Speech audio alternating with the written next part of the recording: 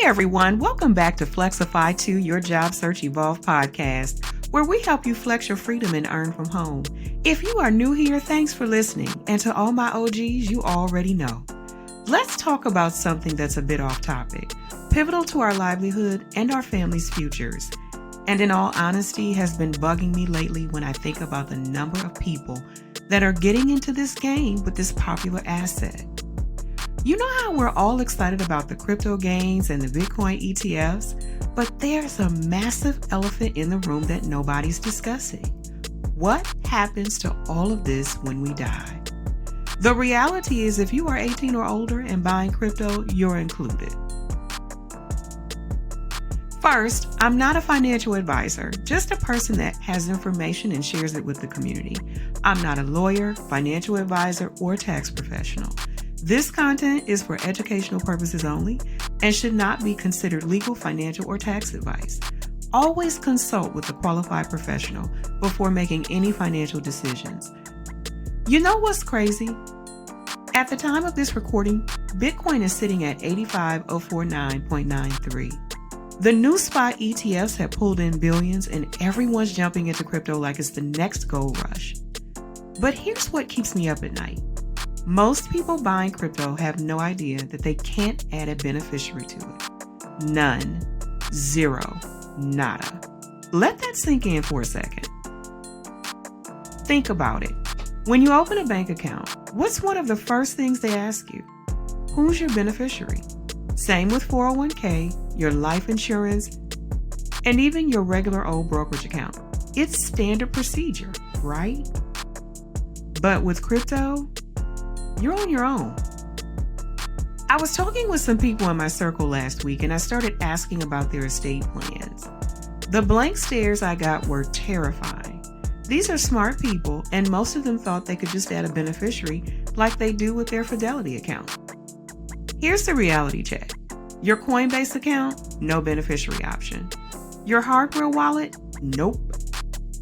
Your MetaMask, not a chance. Those shiny new Bitcoin ETFs, yes, those have beneficiary options, but that's because they're traditional investment vehicles. According to recent data, if you're holding crypto directly and you die without a proper plan, guess where those assets are heading? Straight to probate court.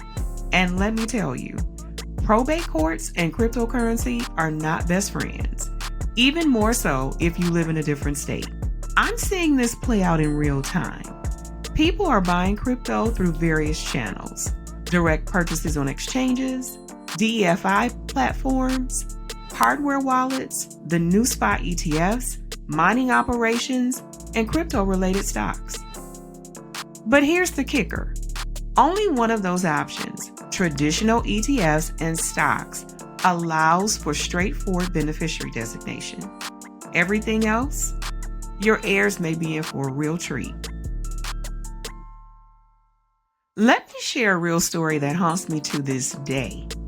A friend of mine, and we'll call him Mike, had been accumulating Bitcoin since 2017. Super smart and understood technology without a doubt. Had about 50K worth of Bitcoin. Know what he didn't have? A plan for what would happen to it if something happened to him. Last year, he had a serious health scare, and he survived, thankfully. But it was a wake-up call. He realized that if he had died, his family would have had no idea how to access his crypto, no legal right to claim it without going through probate, no understanding of cold wallets, private keys or security protocols, and a potential tax nightmare. The IRS treats crypto as property, which means without proper planning, your heirs could face a massive tax bill and a lengthy probate process. A double whammy. Here's what blows my mind. Exchanges like Coinbase are holding billions in crypto assets, but haven't solved this basic problem. They can't. It's not their fault. It's just the nature of cryptocurrency. The same features that make it revolutionary, decentralization, security, private key ownership, also make it a nightmare for estate planning. So what's the solution? It appears there are some options. Set up a trust, revocable or irrevocable. Leave extremely detailed instructions for your heirs or a standard will.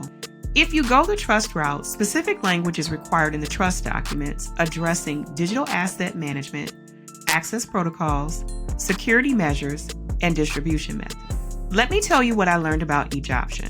Revocable trust. These are like having your cake and eating it too. You can change them whenever you want, and you can keep control of everything. But there's a catch. They don't protect your assets from creditors, and they don't help with estate taxes. Now, let's talk about what happens if you just have a standard will.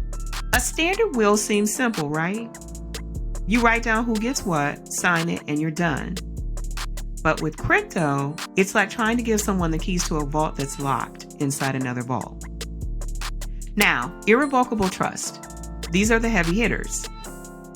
Once crypto is put in one of these, it's not yours anymore. Sounds scary, but hear me out. Irrevocable trusts can protect your crypto from lawsuits, reduce estate taxes, and ensure your digital assets go exactly where you want them to go. And here's a tip. If you're buying crypto through an exchange, next of kin settings might not be enough. Most exchanges require a court order to release assets to heirs, even with documentation. Listen, I get it. Nobody wants to think about this stuff. It's way more fun to check the prices and dream about crypto gains. But if you're investing money in crypto, whether it's $1 or $1 million, a plan might be good. Because right now, there are thousands of people buying crypto every day who think they can just add a beneficiary later. They can't. And that's a problem that needs to be addressed. So here's a challenge for you. If you own crypto, planning might be a good idea. Write down your accounts, your wallets, and your passwords securely.